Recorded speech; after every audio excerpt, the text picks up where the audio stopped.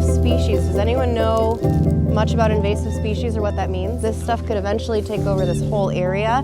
And so we look at this, we're familiar with what this one looks like. Look around you, do you see any more? When our new director came on, Greg, he told me a lot about why he was connected to nature, and I talked a lot about why I was connected to nature, and a lot of that stems from using nature as a resource for healing. What we ultimately settled on was the alternative high schools. I find that those are teens that are struggling a lot of times. They're all there for different reasons. They're really amazing humans and really good individuals. My dyslexia kind of makes it tough in math with numbers because it can get really frustrating at times. Too much, that's why I'm here. It's because I talk too much and say some stuff that I shouldn't. It's because everyone here is that they've definitely had their own struggles and they've had a lot of them too.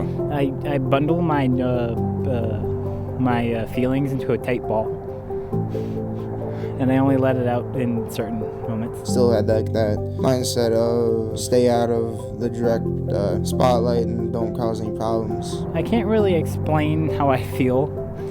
The way I explain things is through art and painting. I suffer from anxiety and depression. I have my whole life and I always will. I've found over the years that the best way to combat that is to spend time outdoors. There was really no one around to tell me that when I was a teenager. I thought, man, if someone had told me about that when I was 16, 17 years old, maybe I could have made that connection a lot earlier and learned some of the healing processes a lot sooner in my life. So it's right now called Nature to Nurture. It is a 8 to potentially 16-week program. Everything from Conservation 101 to climate change to how to make an impact on the environment in your own community and within yourself. I feel like she really creates the atmosphere of no judgment.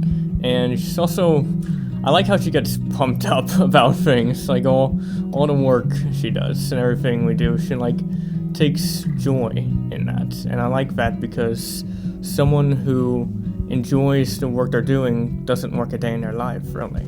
Okay, so actually let's stop for a second. I know we're gonna hear a lot of highway action, but I just want you guys to stop and listen for 10 seconds. I think in life, some of the people that helped give me confidence were just people who believed in me.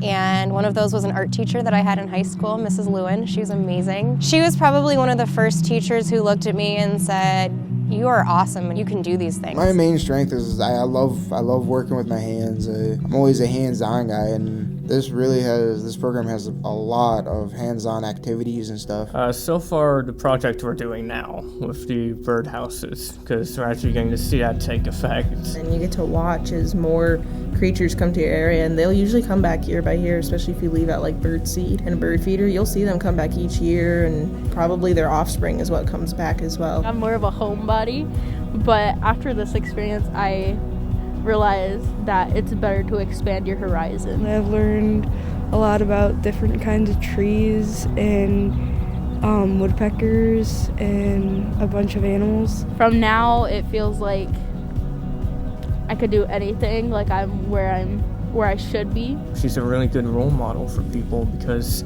if she's able to do that, then someone else with depression out there who's feeling down in the dumps, like they got nothing left, they could look at her and be like, I could be like that someday. I could be that type of person. So it's not over. She'd never been snowshoeing before. So we went out and we saw a deer cross, and it was running and then it stopped and it saw us. And I don't think she'd experienced that before either. And she kind of stopped and she put her hands on my shoulders and she's right behind me and she's just like, look, it's so pretty. And it was beautiful, it was absolutely beautiful. And so having moments like that where your students just stop and they listen and they feel that was really, really magical moment. I'm a little teary. What I learned from her as a person is to kind of just keep an open mind about things. I want to volunteer at Little Forks. Won't be able to this summer, but definitely in the fall I want to do more cleanups. I want to get my 4-H group involved. I want to bring my little cousins out to see. Been more open-minded. It's actually expanded my horizons a lot more, and it's made life really great.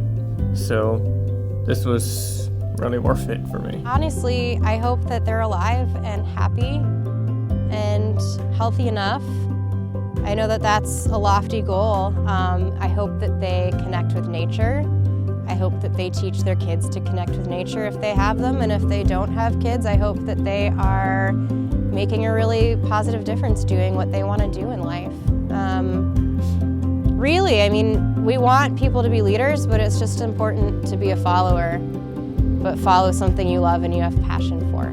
Like, these are memories I'm never gonna forget. Like being able to work with this organization along with friends and people I'm actually comfortable with. I mean, that's something that sticks with you for good. You don't have to worry about being judged.